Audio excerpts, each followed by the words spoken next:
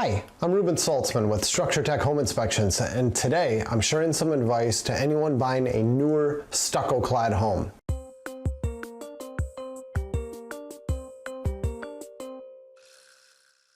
So what's the big deal about newer stucco homes? And when I say newer, what am I talking about? I'm talking about homes built, I'd say, basically the late 80s up through pretty much today. There have been a lot of problems with these homes. And now I'm in Minnesota, but this doesn't just apply to Minnesota. This is newer stucco homes all over the country. And when I say stucco, I'm talking about the traditional 3-coat stucco. I want to be clear about what I'm describing right now, because I've been involved in many situations where I talk about some of the problems with stucco, and then I have my clients or someone helping them say, oh, you're talking about eaves or that synthetic stucco. This is not that. This is the real stucco. Yeah, I get it. It's the real stucco that we've had all the problems with. Eaves have had problems too, but the big stuff that we have problems with here in Minnesota is traditional 3-coat stucco, the real stuff. And a version of that, something that performs exactly like stucco, but it has a different look, is going to be stone veneer, stone siding. I bring that up because I'm talking about the same product. This stuff has had a lot of problems with failures, and it's an issue with water getting past the stucco, and it will always get past the stucco. This is a reservoir cladding. It's a big sponge on the side of the house that is going to absorb water. So water is going to get in there behind the stucco, but then we need to make sure that water can drain back out, and it's not going to reach the wood framing, the structure of the home. When it does, it causes rot, causes damage, causes major damage, and those walls stay wet for a very long time. At my company, we do intrusive moisture testing, and it's kind of nice. We usually don't even need to ask, or we don't need to find out the last time it rained, because it really doesn't matter. If there's been rain within the last month or two, that's enough to keep the wall wet. That's how long these walls stay wet for. Now with vinyl siding, we need rain within a week. But stucco, it doesn't matter. It stays wet for a long time. So when things aren't done right, when the walls get wet, the houses rot on the inside. And the repairs for this are just hideously expensive. There's a lot of work involved in repairing these homes. And a common question we get is, why is this? What went wrong? Was it that we started messing up our stucco? Was it the window manufacturers? Was it contractors relying on self-flashing windows? Was it lack of kickout flashing? What was it? It's not just one thing. There's a great article out there by Dr. Joe Stiebrick titled Stucco Woes, The Perfect Storm. And I reference this in a lot of the classes that I teach, but one thing he says in his article is that we're not going to blame the architects for creating what's called complicated building syndrome. That's fine for him to say that, but for me, I'm going to blame the architects too. I think there's enough blame to be spread around here.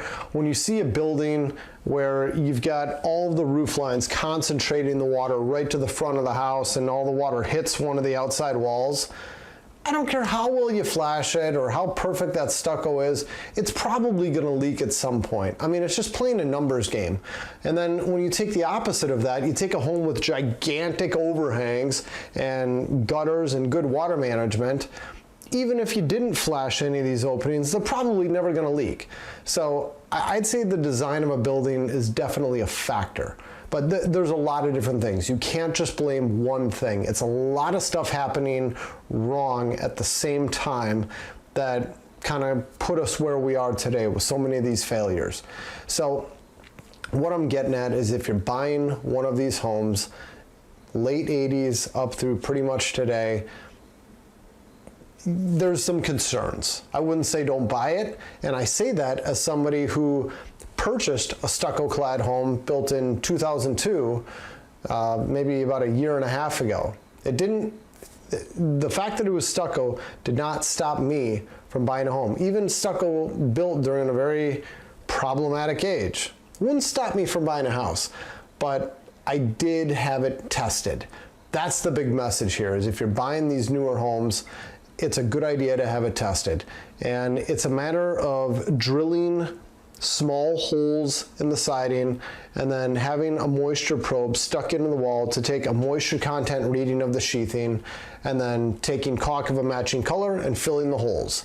If the wall is ever so slightly damp, slightly elevated moisture level, not a huge deal, but if it's wet, that's a problem. It means water's gotten in where it shouldn't, and it needs further inspection. Sometimes we'll do moisture testing where people have addressed what was causing the water problem, but they didn't address any of the damage inside the wall. And we'll do moisture testing and we'll find that the wood is soft, it's rotted, it's damaged. That requires further inspection. So not only do we take moisture readings, but we also check to make sure that the wall is firm, that the wood inside the wall is firm. So there's a lot of stuff that happens with these inspections. And I guess the bottom line is, you're buying a home that has this type of wall covering, it's a very good idea to have this type of inspection. And I'm bringing this up because I was just having this discussion with a friend, and I said, yeah, I'll send you a video, and I realized I've got nothing discussing this other than a quick little commercial showing what our process is for moisture testing. And I'll close this video out with that. I'll show you our little commercial. But I wanted to have a little bit of a longer personal one-on-one discussion with you, kind of explaining the bigger picture behind this. All right, that's all, and on to our commercial. Take care. Stucco and stone veneer homes built since the early 90s have received quite a bad reputation because of water intrusion problems. While it's true that there have been a lot of issues with these homes, the good news is that we have a reliable method for testing these homes for water intrusion. Hi, my name is Antonio Cedillo. I've been testing stucco homes since 1997. Testing for moisture is a three-step process. We drill small holes in the locations where water might show up. We test the wall sheathing for water intrusion using a moisture meter, and then we fill the holes with caulk of the matching color. I do a pretty good job selecting the right color, so in many cases you can even tell where I tested the stucco. After the on-site testing, I put together a report showing the areas that were tested, the moisture levels found, and what all this information means for someone buying a stucco home. To schedule a moisture test, please visit us online or give us a call. We'll be happy to answer any questions.